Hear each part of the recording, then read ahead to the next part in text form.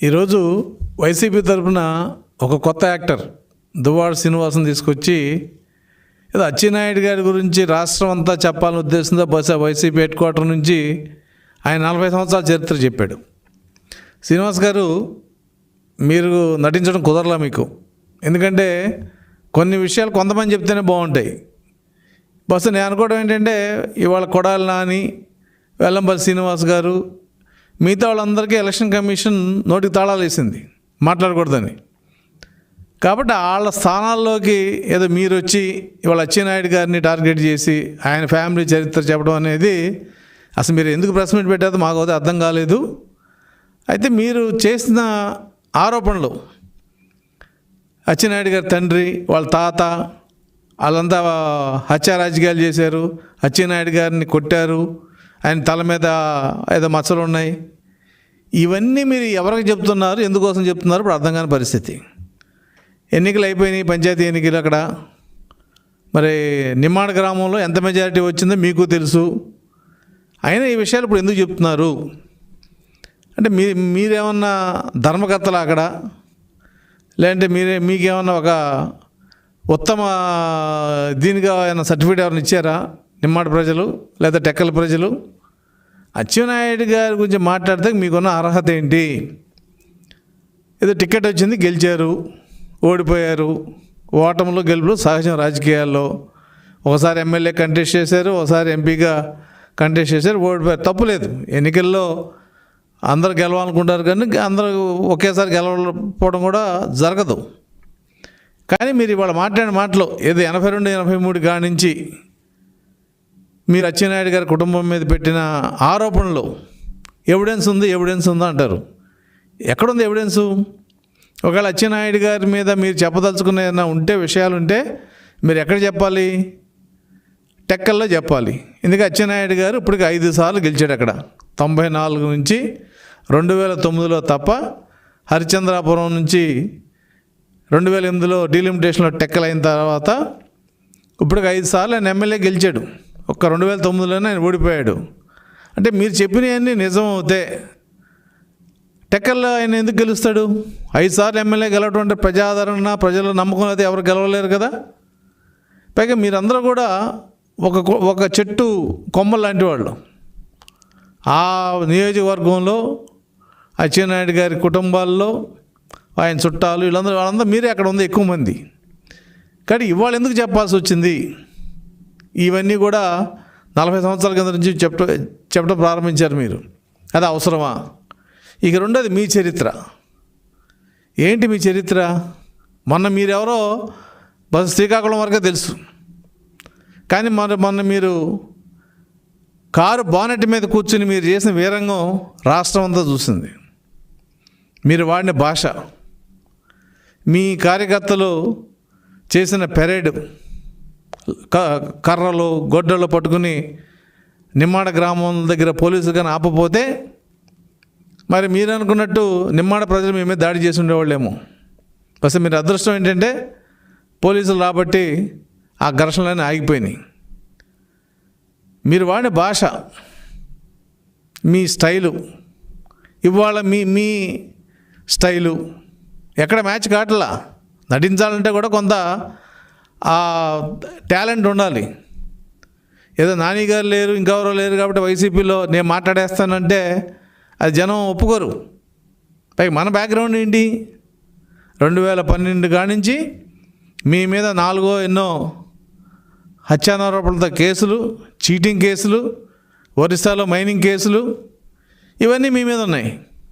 మీరేమీ గాంధీజీ కుటుంబంలో పుట్టలేదు, లేదంటే మీరేమీ సర్దార్ వల్లభాయ్ పటేల్ లాగా సమాజం కోసం ఛాతీ చూపించాలని కాల్చనన్న పరిస్థితి కూడా లేదు. మీరు ఒక mafia don, mining mafia don. మీ మీద లేని కేసు లేదు. మర్డర్ కేసు ఉంది, చీటింగ్ కేసు ఉంది, అలాగే అధికారులని చేసిన కేసులు, అన్ని కేసులు ఉన్నాయి. మన రాష్ట్రంలో కదా, ఒరిస్సాలో కూడా ఉన్నాయి మీ మీద కేసులు. మీరు వచ్చి వాళ్ళు ఏదో అచ్చెన్నాయుడు గారు కుటుంబం చెడ్డదంటే మీ నాయకుడి కుటుంబం పరిస్థితి ఏంటి? 40 ఏళ్ళు వెనక్కి వెళ్ళండి. రాజారెడ్డి గారి మీ నాయకుడు జగన్మోహన్ రెడ్డి గారి తాత రాజారెడ్డి గారి చరిత్ర ఏంటి? ఆయన ఎక్కడ బిగిన్ అయ్యాడు, ఎక్కడికి వెళ్ళాడు, ఏం జరిగిందో మీకు తెలియాలంటే మీరు రావాల్సింది విజయవాడ కాదు, కడప వెళ్ళాలి. కడపలో చెప్పండి మీరు. లేదు మీకు తెలియకపోతే మా ఆఫీస్కి వస్తే మేము మొత్తం ఆయన చరిత్ర అంతా కూడా ఎవిడెన్స్తో చూపిస్తాం, విత్ డాక్యుమెంటరీ ఎవిడెన్స్. కాబట్టి ఏదో మాట్లాడేసాం, ఇవాళ ఏదో కొంతమంది వైసీపీ నాయకులకి మాట్లాడే అవకాశం ఉంది కాబట్టి ఆ స్థానం నేను తీసుకుందామని ప్రయత్నంలో మీరు మాట్లాడితే దానికి ఎవడ చేయగలిగింది ఏం లేదు. కానీ మీ వాడిన భాష, మర్డర్ చేశారు, తరిమి కొట్టారు, కుటుంబం హత్యలు చేసింది. మరి అలా చేస్తే 6 సంవత్సరాలు నిజంగా మీరు అంత నిజాయితీపరుడు, రాజకీయాల్లో మీరంత విలువలు కనుక ఉన్న వ్యక్తి అవుతే ఎమ్మెల్యేగా ఓడిపోయారు, ఎంపీకి ఎందుకు ఓడిపోయారు? అదే ఫ్యామిలీ కదా, కింజరపు ఫ్యామిలీ మీద కదా మీరు ఓడిపోయింది. ఆ రోజు ఎంపీగా అచ్చెన్నాయుడు మీద ఓడిపోయారు, ఎమ్మెల్యేగా ఓడిపోయారు, ఎంపీగా రామ్మోహన్ మీద ఓడిపోయారు. మరి మీరు చెప్పిన వాస్తవాలు అవుతే రామ్మోహన్ రావు అయినా ఓడిపోవాలి, అచ్చెన్నాయుడు అయినా ఓడిపోవాలి. వాళ్ళు మరి 5 సార్లు ఎందుకు గెలిచారు? దీనికి మీరు సమాధానం మాకు చెప్పవసరలా, ఒకసారి మీరు ఆత్మపరిశీలన తీసుకోండి. అంతేగాని ఏదో ఇవాళ కొంతమంది నాయకులు లేరు కాబట్టి ఆ స్థానం నాకు వస్తుందని చెప్పి మీరు మాట్లాడితే ఉన్న పరువు కూడా పోతుంది. దాదాపు 12-13 కేసులు ఉన్నాయి మీ మీద, అన్నీ కలిపి వివిధ స్థాయిల్లో ఉన్నాయి ఆ కేసులన్నీ కూడా. కాబట్టే ప్రజలు మిమ్మల్ని ఆదరించలేదు, టెక్కల్లో కానీ మన శ్రీకాకుళం ఎంపీగా కానీ. ఇవన్నీ ఎక్కడ చెప్పాలా? శ్రీకాకుళం నడిబొడ్డునో ఓ పెద్ద మీటింగ్ పెట్టుకుని మీరు చెప్పుకోవాలి అక్కడ. అచ్చెన్నాయుడు గారి ఫ్యామిలీ ఇటువంటిది, లేదా అచ్చెన్నాయుడు గారి తండ్రి దాలినాయుడు గారు ఇటువంటి వాడు, వాళ్ళ తాత ఆయన ఇటువంటి వాడు, ఈ కుటుంబానికి ఓటైద్దని మీరు చెప్పుకోవాలా. పైగా శ్రీకాకుళం పరిస్థితి ఏంటి? 2 కదా మాకు వచ్చినాయి. అంటే ఇంత గాలిలో మీరు ఓడిపోయారంటే ఎక్కడున్నట్టు? మనం అధమ స్థానంలో ఉన్నట్టు. వైసీపీ గాలి ఉందని చెప్పి మీరే చెప్పుకుంటున్నారు. శ్రీకాకుళంలో టీడీపీలో 2 వచ్చినాయి, 8 మీకు వచ్చినాయి, 8లో మీరు లేరు. అంటే మీ స్థాయి ఎక్కడ? జిల్లాలో ఆఖరి స్థానం మీది. ఎందుకని? మీ చరిత్ర అటువంటిది. పోనీ అచ్చెన్నాయుడు గారిని మీరు చెప్పిన ఒప్పుకుంటే మీ చరిత్ర ఏంటి? మీరు నిలబడ్డ పార్టీ నాయకుడి చరిత్ర ఏంటి? రాజారెడ్డి చరిత్ర ఏంటి? జగన్మోహన్ రెడ్డి చరిత్ర ఏంటి? జగన్మోహన్ రెడ్డి ఇవాళ కూడా బెయిల్ మీద ఉన్నాడు కదా, ఆయన ఛార్జ్షీట్లు పెండింగ్ ఉన్నాయి కదా, రేపు 22 వాయిదా ఉంది కదా. అవి కనపడలేదా మీకు? అవి తెలీదా? ఏ ఛార్జ్షీట్ ఎందుకు ఉంది, ఏ కోర్టులో ఉంది, వాటి అంశాలు ఏవి, ఇవన్నీ కనుక మీకు నిజంగా తెలుసుకోవాలనుకుంటే మా ఆఫీస్కి రండి. ఫ్రెండ్లీగా చక్కగా మీకు ఒక మంచి పవర్ పాయింట్ ప్రజెంటేషన్ ఇచ్చి మీకు చెప్తాం. అప్పుడు మీరు నిజంగా జగన్మోహన్ రెడ్డి నీతివంతుడా, అచ్చెన్నాయుడు నీతివంతుడా తెలుస్తుంది.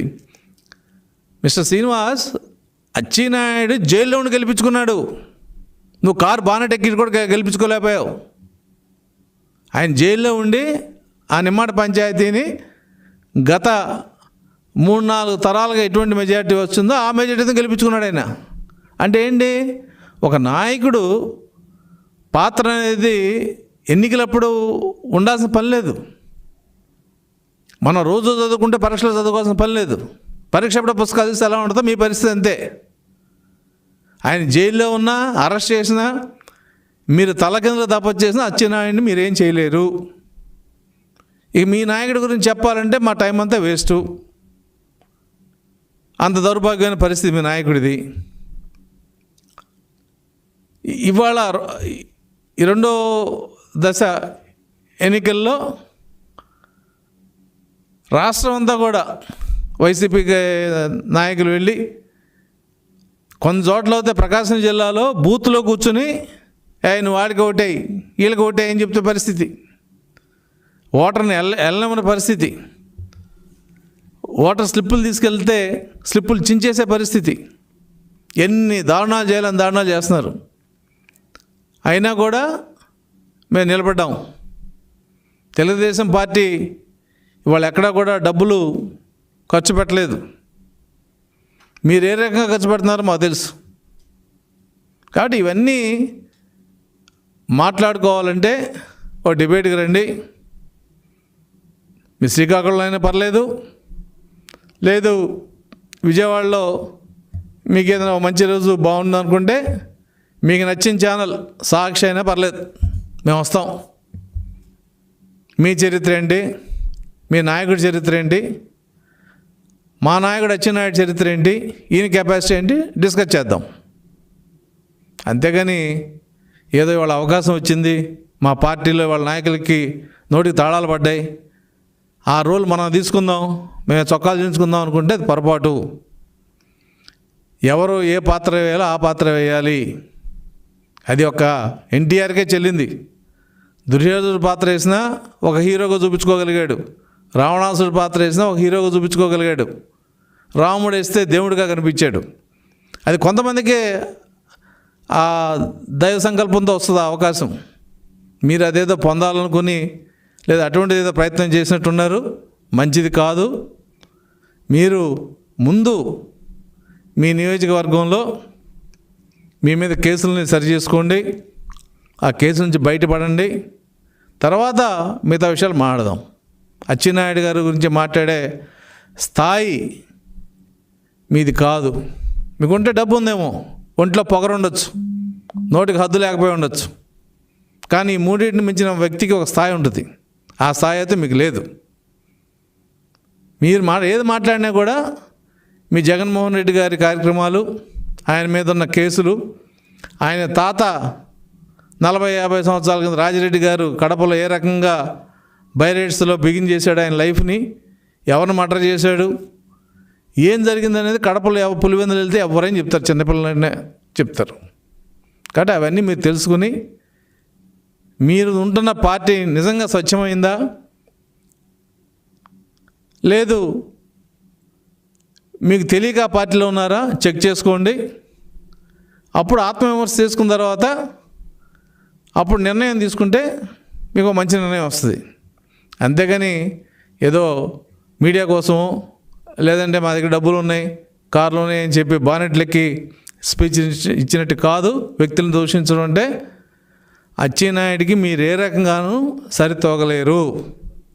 ఇప్పుడు కాదు, ఇంకా అచ్చెన్నాయుడు గారు పొలిటికల్ యంగ్, ఈజ్ బిలో 50. ఆయన ఇంకా 25-30 సంవత్సరాలు రాజకీయాల్లో ఉండే వ్యక్తి. ఎప్పటికీ మీరు గెలవలేరు అచ్చెన్నాయుడు గారి మీద, నేను చెప్తున్నాను. కాబట్టి ఇటువంటి ప్రయత్నాలన్నీ ఆపి ఏదన్నా ప్రజలకు మంచి చేయటమో, ప్రజల్ని ఒప్పించే పద్ధతిలో మాట్లాడుతూ నేర్చుకోండి. కనీసం పంచాయతీ సమితి ప్రెసిడెంట్ గాను, ఎంపీటీసీ గాను, జెడ్పీటీసీ గాను గెలిచి కొంత రాజకీయ అరంగేట్రం అన్నీ చేయడానికి బాగుంటుంది. అంతేకాని డబ్బు ఉన్నాయని చెప్పి ఎమ్మెల్యేగా వేసేస్తే మీరు నాయకులు కాలేరు. A leader is different from defeated candidate. అంటే ఎమ్మెల్యే ఎంపీగా గెలిచి ఓటు కంటెస్ట్ చేసిన ప్రతివాడు లీడర్ కాదు. ఈ శ్రీకాకుళం జిల్లాలో చాలామంది రాజకీయాలతో సంబంధం లేకుండా గొప్ప గొప్ప లీడర్స్ ఉన్నారు. కాబట్టి మీరు వాళ్ళందరూ చరిత్ర చదవండి, కొంచెం మీ దూకుడు తగ్గించుకోండి, మీ భాషను కంట్రోల్ చేసుకోండి. లేదంటే అన్ని రోజులు మీకు కాదు, 2023 వరకే మీకు, తర్వాత మీది కాదు. తర్వాత మిమ్మల్ని ఎవరు వీళ్ళు వచ్చి రక్షించలేరు. ఏ కార్ బానెట్ మీద అయితే మీరు కూర్చుని పేటరేగిపోయారో అటువంటి కారు వెనకాల కూర్చుని వెళ్ళాల్సి వస్తుంది. కాబట్టి రాజకీయాల్లో సహనం ఉండాలి, నిజాయితీ ఉండాలి, మాట్లాడడానికి అర్హత స్థాయి 2 ఉండాలి. అవి వచ్చిన తర్వాత మీకు మళ్ళీ కలుద్దాం.